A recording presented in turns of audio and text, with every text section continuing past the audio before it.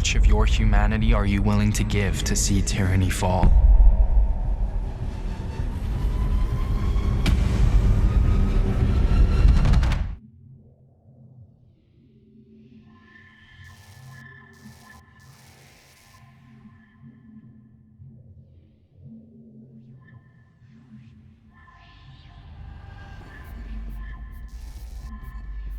Well, once again, it's that time for a bit of unscripted Mechwarrior news, it looks like. We got a Gamescom trailer for Mechwarrior 5 Clans by PGI, and it finally gives us a little bit more meat on the bones for what we can expect from the game. It shows a little bit more of how the unit command works, where you have an overhead camera on how you control your friendly units, gives it a little bit more of a vibe of how that's going to work when you're in a real game. On top of that, it also shows off how combined arms have changed. Not only because the missions are scripted, but we got to see aerospace fighters, we got to see far more durable VTOLs, and we got a really great grasp on how the weapons are going to look, how they're going to feel.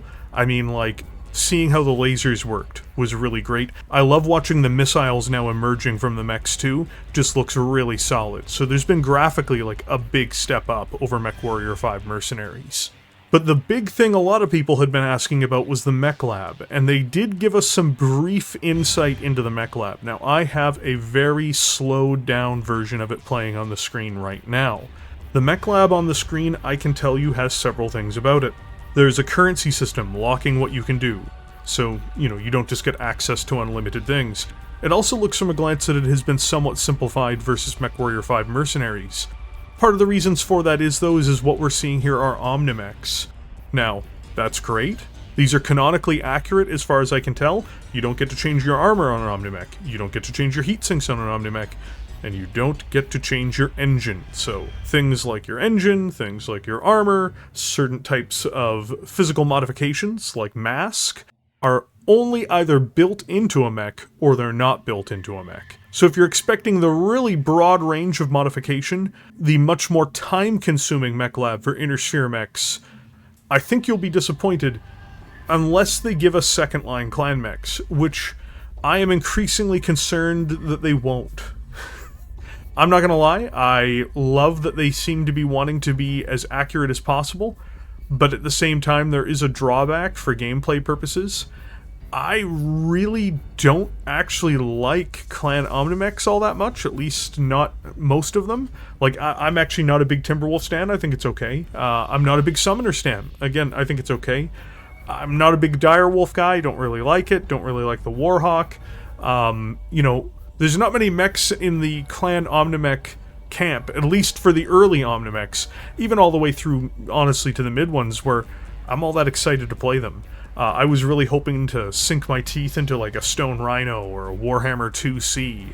I mean, it's fine. I just want to stress I'm not trying to be a downer. This looks very exciting. I'm impressed by the graphics. I'm impressed by what we're seeing in terms of the diversity of gameplay with different types of opponents and with like a really active, almost living battlefield. They've done a great job with that.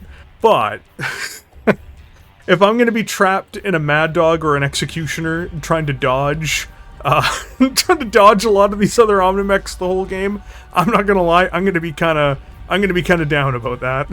So here's hoping that maybe we do get access to some of the second line machines at some point. Again, I don't really feel the Omnimechs.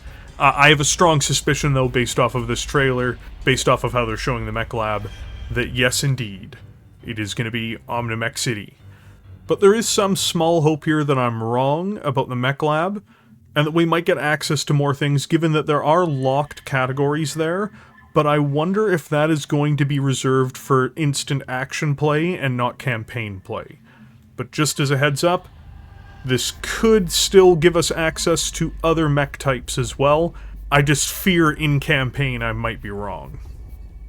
So I'm still very excited for this. I'm extraordinarily happy with everything I've seen so far. I really think it's a shame that not as many people have been viewing these trailers, I find, as they come out. People should really be getting hyped for this.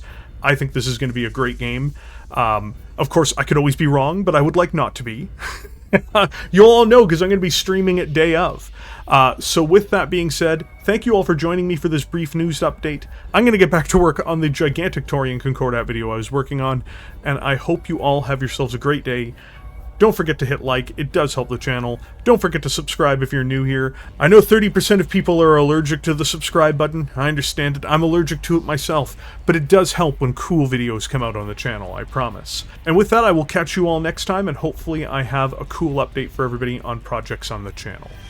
And I almost forgot, I am going to have a link to this official trailer for you to check out on your own in its full display, not slowed down and cut up like I've done in this video, in the top pinned comment, so check it out, it's worth your time.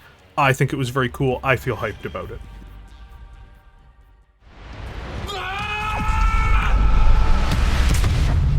Kerensky's justice comes. We were made for this.